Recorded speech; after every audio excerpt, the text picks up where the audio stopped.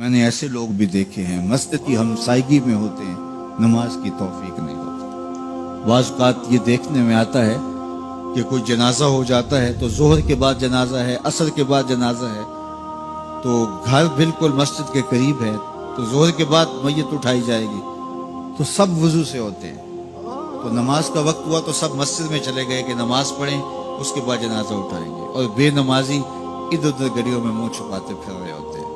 وضو بھی کیا ہوا ہے رسمن، لیکن مسجد میں جانے کی توفیق نہیں ملتی۔ وہ سمجھتے ہیں ہم نہیں جا رہے، میاں تمہیں کوئی بلا ہی نہیں رہا۔ اتنے بد نصیب ہو، جنازہ بھی تم اللہ کے لیے نہیں پڑھنے آئے، وہ بھی کسی کے دکھلاوے کے لیے آئے۔ وہ تو فرض کفایہ ہے اور یہ نماز فرض عین تھی، اور یہاں اللہ کا بلاوا آیا، اس کے لیے اذان کوئی نہیں، اس کے لیے اذان ہے، اور تم یہاں اذان سننے کے باوجود بھی مسجد کے باہر گھوم رہے ہو، بہانے بہانے، کبھی ادھر جا رہے ہو کبھی ادھر جا رہے ہو، اور نمازی مسجد کا رخ کر رہے ہیں۔ تو یہ کتنی بد نصیبی ہوتی ہے کسی شخص کی کہ مسجد کی ہمسائیگی میں بھی رہتا ہو اور مسجد کے قرب میں کھڑا ہو، اسے نماز کی توفیق نہ نصیب۔ تو یہ اس کی طرف سے توفیقات نصیب ہوتی ہیں۔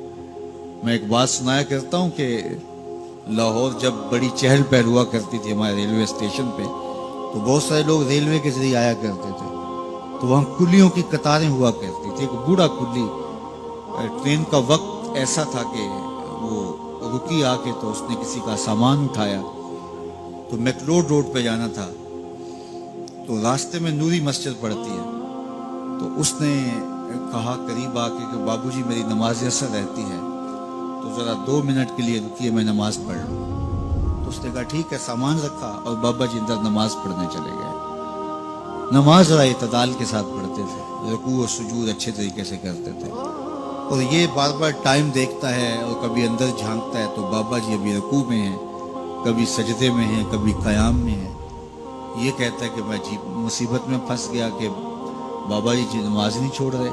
خیر بابا جی نے سلام پھیرا، ان کو تسبیحات فاطمہ پڑھنے کی عادت ہوئی تھی، وہ تسبیحات پڑھنے لگ گئے، تو اس کا پیمانہ صبر لبریز ہو گیا۔ وہ جہاں جوتے اتارتے تو وہاں جا کے اندر جھانک کے کہتا بابا آ بھی جا، تینوں کیڑی شے باہر نہیں آن دیندی۔ تو بابے نے یوں پلٹ کے دیکھا اور مسکرا کے کہا پتر جڑی شے تینوں اندر نہیں آن دیندی۔ وہ نہ بلائے تو بندہ قرب میں بھی کھڑا ہو تو اندر نہیں جا سکتا۔ اللہ سے توفیق مانگو کہ ہماری نسلوں میں بھی کوئی بے نمازی ہو، 5 گانا نماز کی عادت زندگی میں رچ بس جائے، ہماری اولادیں بھی رب کے حضور سجدہ ریز ہونے والے ہیں۔ قیامت کے دن جب حکم ہوگا کہ اللہ کو سجدہ کرو، بے نمازی اس دن تو چاہیں گے سجدہ کریں، آج کوئی نماز پڑھتا یا نہیں پڑھتا، اس دن تو ہر کوئی چاہے گا کہ آج سجدہ کریں، لیکن بے نمازی چاہے گا کمر اکڑ جائے گا، سجدہ کر نہیں سکے گا۔ قرآن بتاتا ہے کچھ لوگ جہنم کی طرف دھکیل کے لے جائے جا رہے ہوں گے، ان کو کچھ لوگ پوچھیں گے ما سلککم فی سقر، تم جہنم کو کیوں جا رہے ہو؟ تو وہ کہیں گے لم نکو من المصلی، ہم نماز نہیں پڑھا کرتے تھے۔ تو 5 گانا نماز یہ زندگی میں شامل کر لو، کبھی بھی نماز قضا نہ ہونے پائے۔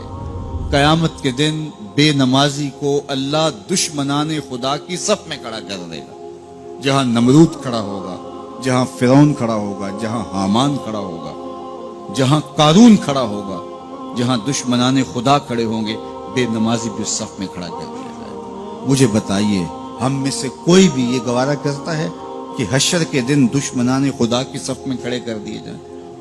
یا کوئی خاتون یہ گوارہ کرتی ہے کہ رسول اللہ صلی اللہ علیہ وآلہ وسلم کی راہوں میں کانٹے بچھانے والی جمیل کے ساتھ کھڑی کر دی جائے؟ تو جب ہم یہ گوارہ نہیں کرتے، نہ ہماری مائیں بہنیں بیٹیاں گوارہ کرتی ہیں، تو پھر نماز کبھی ترک نہ کیجیے، نماز کو شعار زندگی بنا